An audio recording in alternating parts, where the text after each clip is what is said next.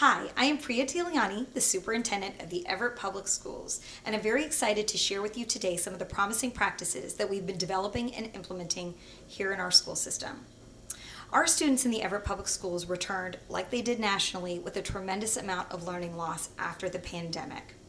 We as educators knew that we needed to approach instruction differently if we were going to really support the needs that had developed as a result of remote instruction and hybrid instruction from last year. Because state standardized tests were not as reliable and valid as they have been in the past, we decided to really focus on our iReady interim assessment data to determine where our students' strengths lie and where our students' weaknesses were. Our teachers spent a great deal of time looking at that student data and developing intervention groups of students based on the standards where they needed to work the most and where they knew that the students had gaps that they needed to fill.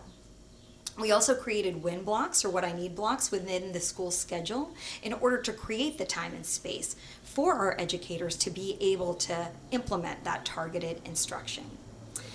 The results have been phenomenal for us, and not only has this demonstrated to us truly wonderful, cohesive, collaborative instructional practices that we want to implement into the future, but it has also resulted in incredible student outcomes.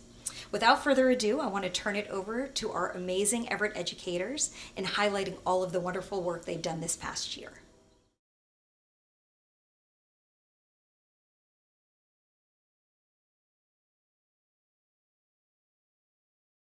Accelerated learning for me as a principal and with my team here at the Webster School is meeting students where they're at, both academically but socially and emotionally. So there's a lot of gaps we have to fill in for our students, whether it's academic, social, emotional. So accelerated learning was, of course, and I like to say to all of my staff here at the Webster School and to all of the students, we're all in the same boat because of the pandemic.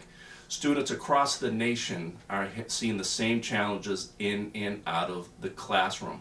Well, we've done very well here at the Webster School, and if you look at a lot of our iReady data and a lot of our formative and summative assessments that are used each and every day, you'll see that students are making the gains we need to make.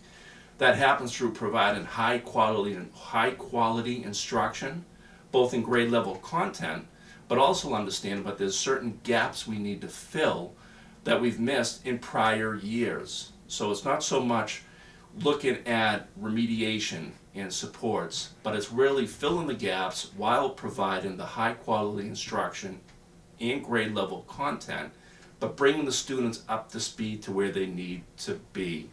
That's the key piece, understanding that all of our students, especially a lot of our students here at the Webster School, kindergarten, grade 1 and grade 2, those formative years, where a lot of our grades 2 and grade 3 teachers, and all of the teachers at the Webster School, really had to do their best to provide that grade level content while also providing those, filling in the gaps that they've missed in those prior years. I'd like to say that our teachers have done a wonderful job hitting the ground running.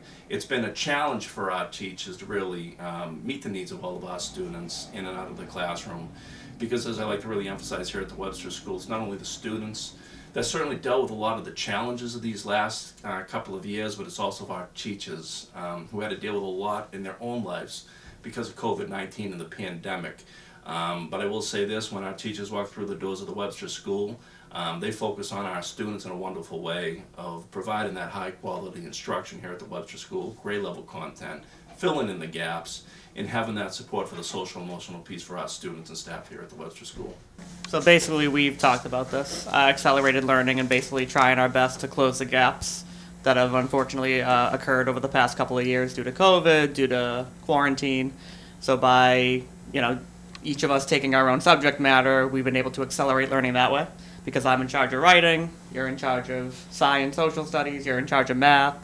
We have you guys taking your group, so we each have our own specific role. And all of us are in charge of every kid in the 5th grade, not just our own classroom.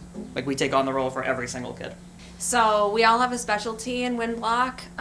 It's based on teacher strength and what we think our students need the most. We have regular data meetings with administration and interventionists and our team of teachers where we talk about what each student, their iReady performance, their classroom performance, what we think that they need to fill in those gaps.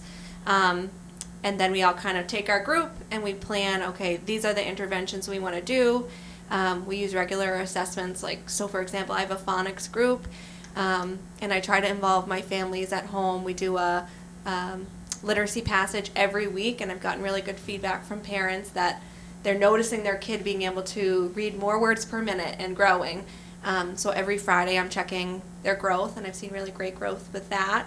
And I know my co-teachers do very similar things where every week they're seeing progress and targeting interventions, and then kind of looking at their own teaching and where do we need to go from here.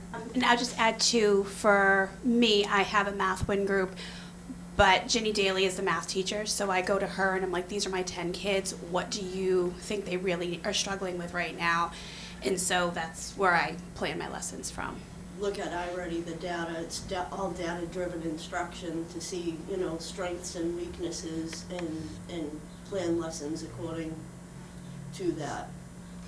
For example, we noticed like geometry and measurement were some of the weakest, so we're focusing a lot on that to make sure that that definitely gets covered, especially before MCAS.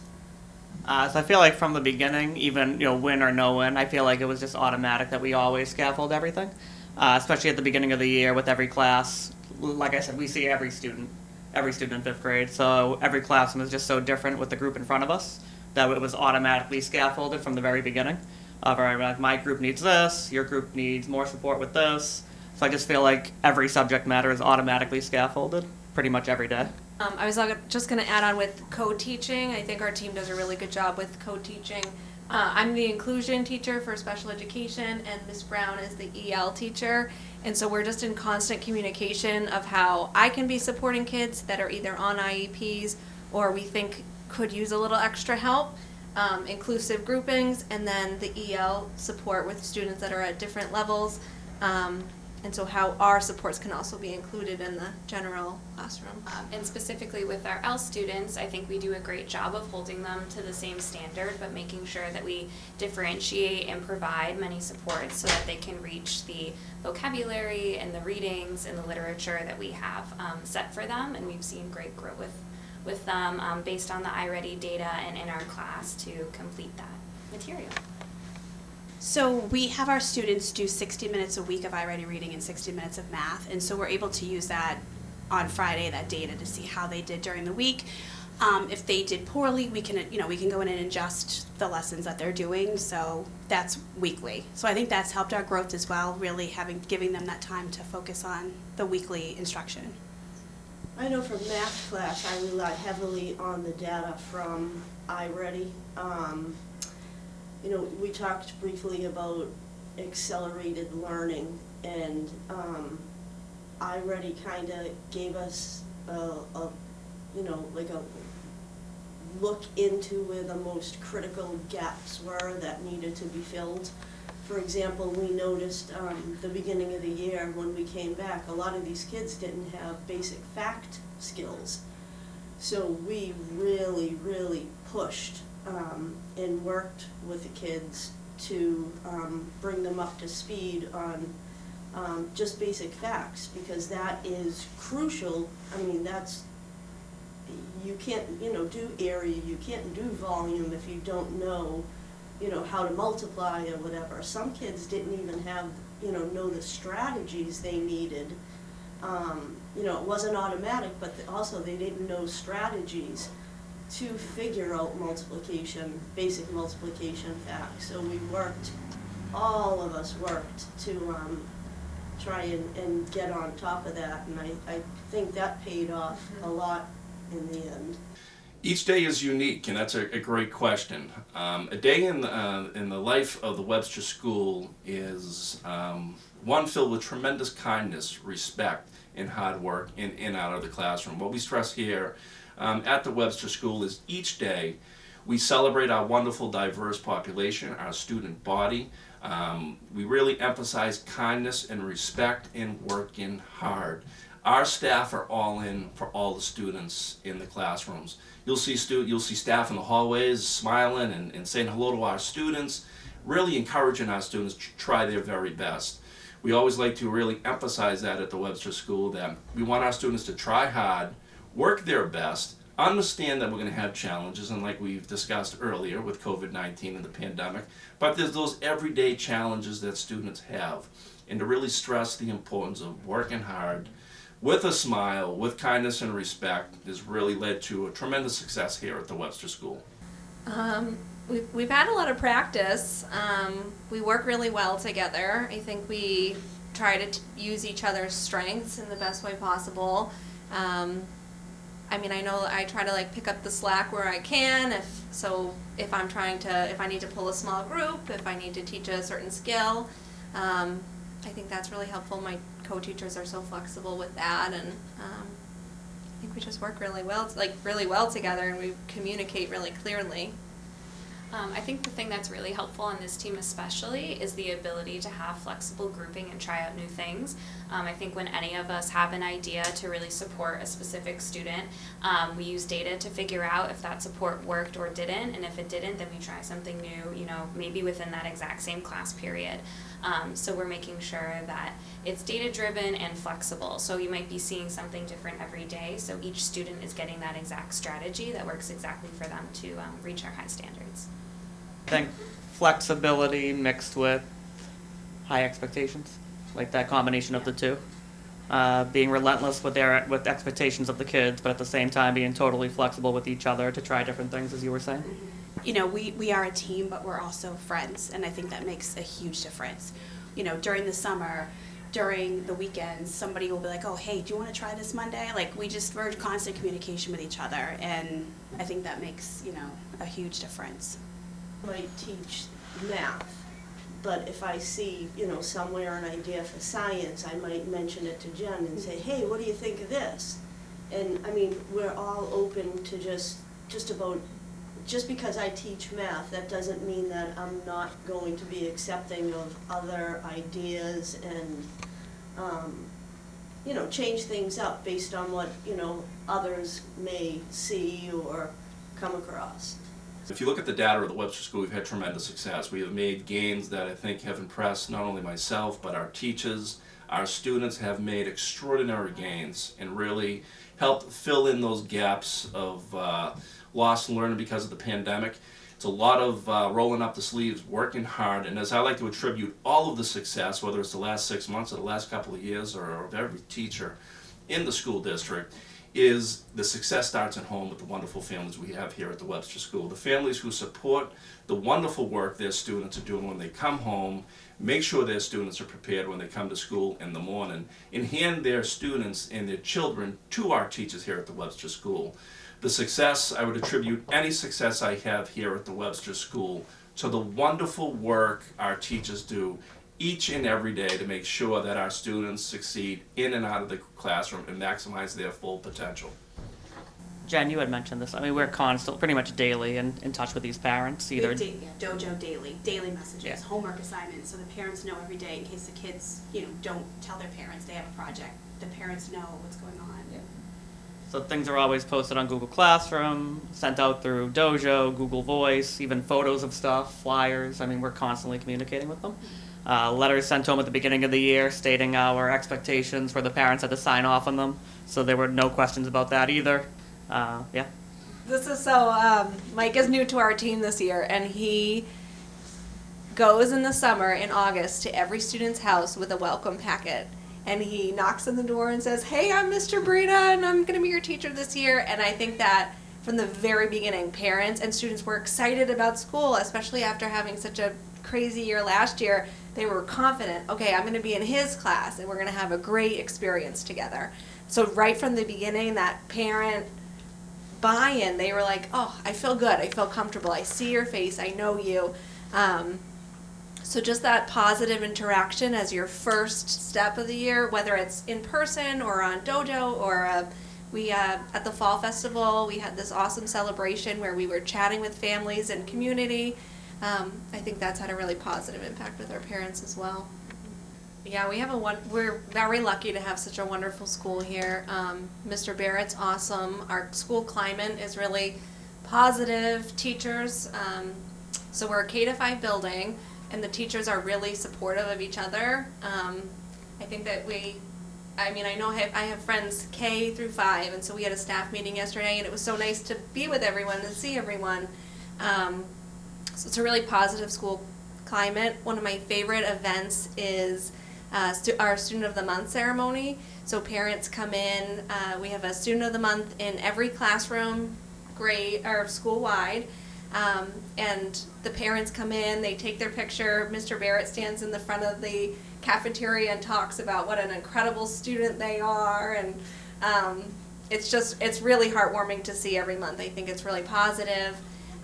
Our morning announcements are really positive. We have a different student from every class come and say the pledge, and we've even had the pledge in different languages.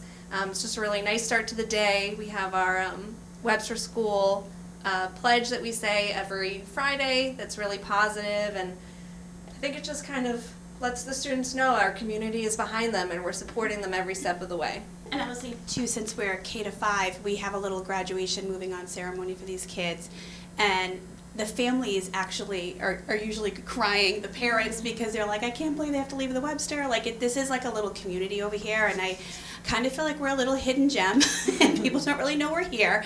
But it's been really great, and that ceremony always, it kills me. It brings me to tears. These kids are like, we have to leave. Some of them have been here since there was preschool in this building. So, we're very lucky here. We have really good parents that back us in this building too. So that's a huge piece.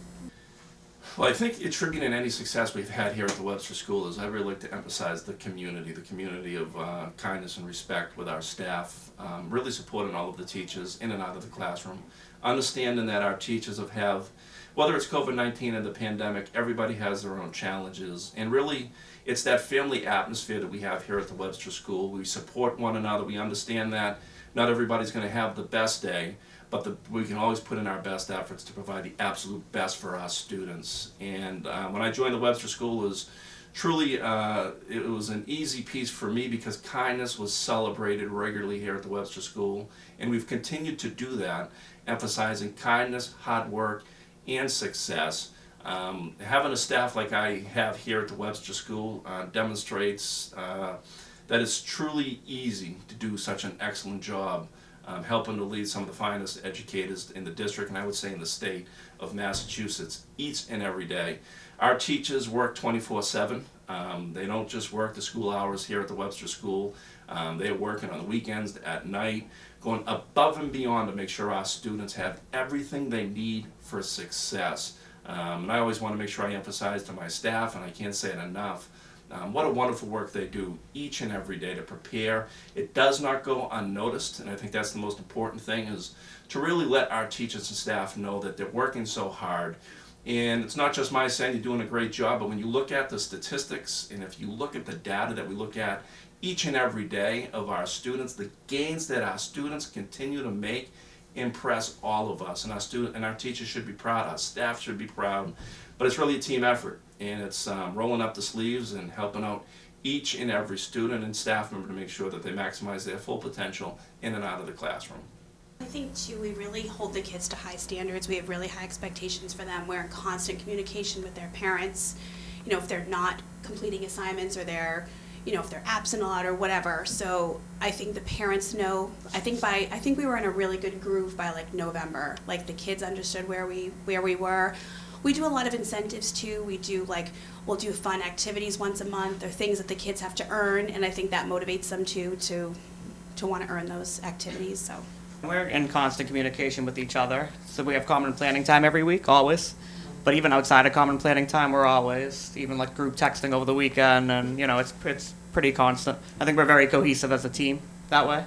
And I think administration in this building, too, is a big part of it, because we're allowed to teach the way that we know is best for the kids. We have full support with that, too. So. Well, I know, for reading, we do one novel, about a month, that we do as a read aloud, so every child is getting a grade level appropriate book. Right now we're doing Wonder, we've done Harry Potter, we did Number of the Stars. We're going to do The Giver. So there's other books, and the kids really get into them, and they really love them, especially those kids that can't access those on their own. And then plus, you know, they have their own books that they're reading at their grade level. But I think the read alouds are an absolute huge piece. The kids love it. They're like, we're going to read Wonder today, right? You're going to read to us today. And I think that's a huge piece. That's really getting them into reading. And I think especially for reading too, differentiating the texts, and we've been working through these chapter books, and I've been like rewriting the chapters for L students and then kind of doing a picture match with those and sentence starters in order for them to attain the comprehension questions. And it's great because you walk in and every student's reading Wonder, even though it might not be right where they're at, it's differentiated so they can be. So then it instills kind of this love for learning for all the students, and also no student feels like they can't attain it. Every student is reading the same book, they're feeling like they're all on the same page, and they kind of have this confidence going into class that they don't feel overwhelmed, and they feel like they're like everybody else, even though they may be lower. And I think you can walk into any class and see that no student really feels different, because every teacher does spend the time to give them so many supports to meet those high expectations, which is great to see. I think we just came in this year and we're like, you know, COVID's over. We have to get back to reality. These kids have to, you know, get back into a school setting and have those expectations. And, you know, you're going to be in a classroom all day. And yes, you might have a little bit of homework, and you're going to have projects, and you're going to work together, you know, with classmates. And I think just from the start, we just kind of were like, okay, we're back to normal this year. And it took them a few months to really get into the groove. But I think they're, you know, and switching classes, they weren't probably used to having more than one teacher, but I think we're setting them up for success definitely for going into middle school next year in 6th grade. They're going to be ready to hit the ground running in the fall, so.